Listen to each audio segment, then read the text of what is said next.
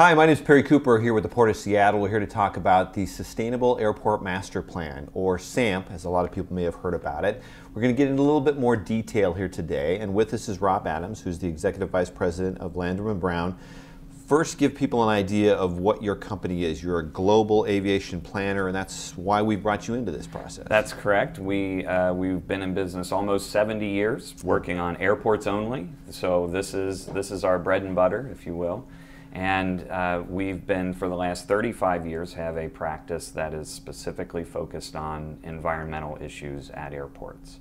And we've worked at airports all over the country. All of the top 50 airports, we have done these types of studies in the past, and we're in the industry, we're one of the leaders in terms of aviation environmental planning. So this is nothing new to you, and you've also got the background that you've worked with the Port of Seattle and Sea-Tac Airport for quite a few years as well. Yes, that's correct. So, starting back in the mid-1990s, we've worked on and off with the port on various issues, dealing with environmental issues as well as planning issues.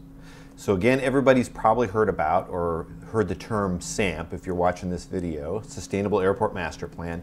What is it to begin with for people that do not know, and why do we really need to do this? Okay, so the SAMP was a master plan that was prepared by the port, and its goal was to create a blueprint for the airport to meet future demand.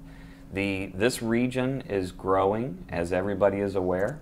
And the statistics are that the Puget Sound area will add another 1 million people by 2035. That type of growth translates into growth in activity at airports. People want to fly in and out of the airport to visit, for work. So there's a direct relationship between those two things.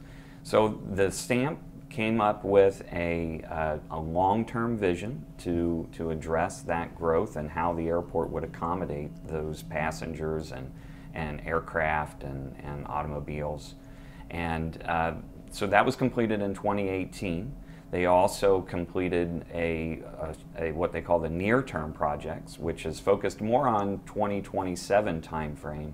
And there's about 30 different elements that are designed specifically to address the near-term capacity issues at the airport. And right now we're in that scoping period where we're starting to look into that.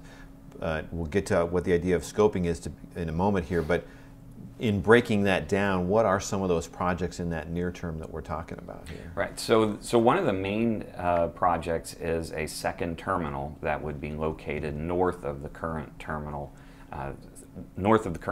where it sits today. Mm-hmm. And there's a variety of other projects that are focused on providing additional cargo capacity, as well as addressing some of the airfield needs that the FAA says the standards have to be put in place. There's also looking at fuel storage capacity to meet projected demand in 2027 as well. And again, reference this too, is that this is about us handling additional traffic that's coming to the airport. It's not that we're building it to attract more. Correct. It's because the growth is happening so fast, we need to find ways to make this a much more passenger-friendly experience that's already here with this growth of the region. Right? That's absolutely true. The forecasts of demand for the airport are based on the growth of the region as a whole. And as I mentioned earlier, there's a direct correlation between population growth and people wanting to use and needing to use the airport to fly in and out of the community. So then what we're doing then here with the port is then kicking off this environmental review process. What is all involved in that? What's the steps here? So the first step is scoping, which is where we're at today. Nothing has been decided. There's been no decisions made about the projects at all. This is the first step in the environmental process, and it's called scoping.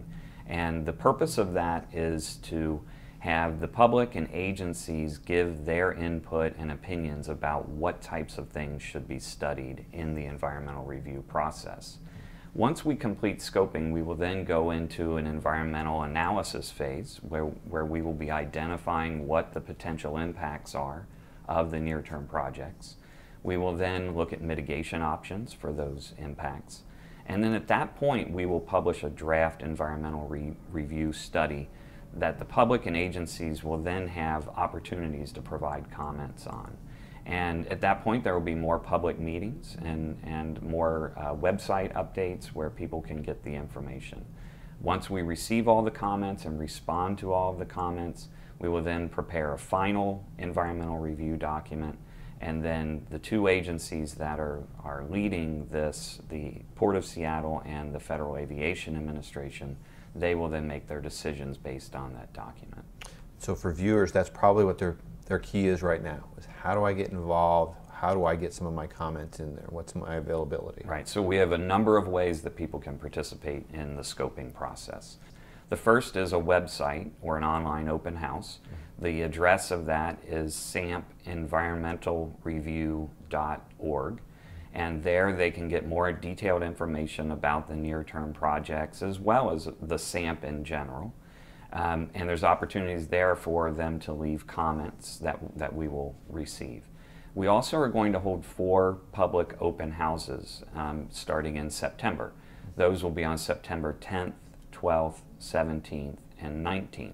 And those will give an opportunity for people to come and talk to subject matter experts like myself and others on the team. And they'll have the opportunity there to make comments. If people would like to mail comments in, they can find information on where to mail their comments on the website as well. We'll take comments any way that we can get them. Very Absolutely. much welcome. And the comments need to be in by September 28th, which is the end of the comment period for scoping. And scoping is about figuring out what those topics would be. But like I say, you guys have done this before.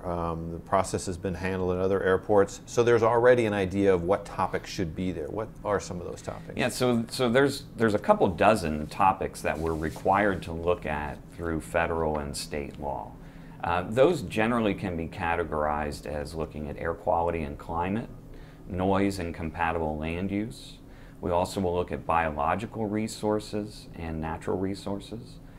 We will look at social and community issues, as well as hazardous materials and public properties.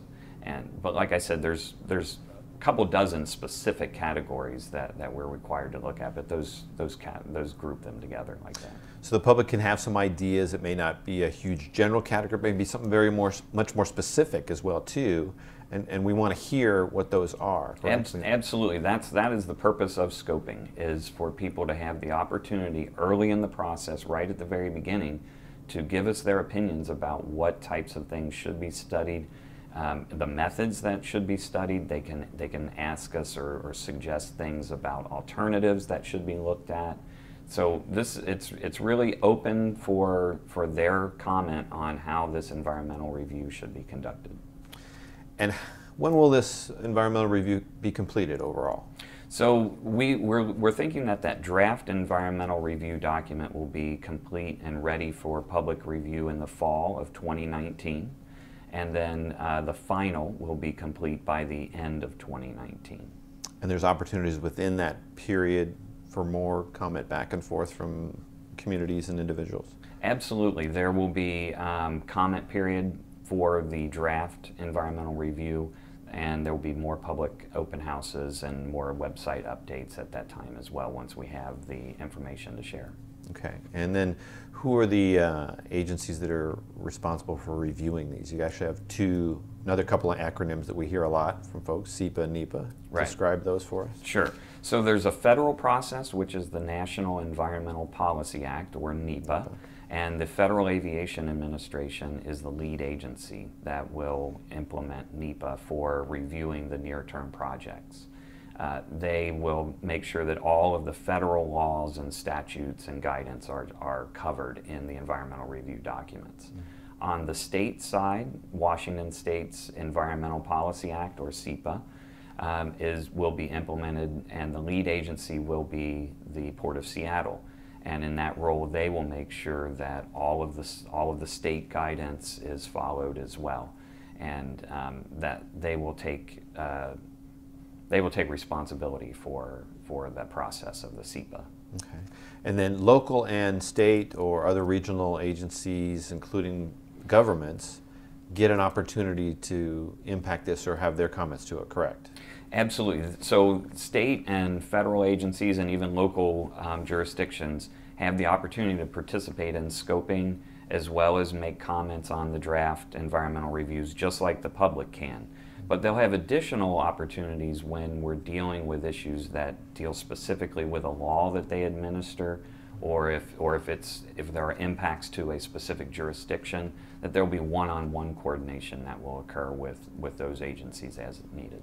As individuals, can you really make an impact on this? Absolutely. I've seen several cases over my career where individuals have brought up information or brought up issues in the community that we just quite frankly weren't aware of, and so it was a good outcome for the process.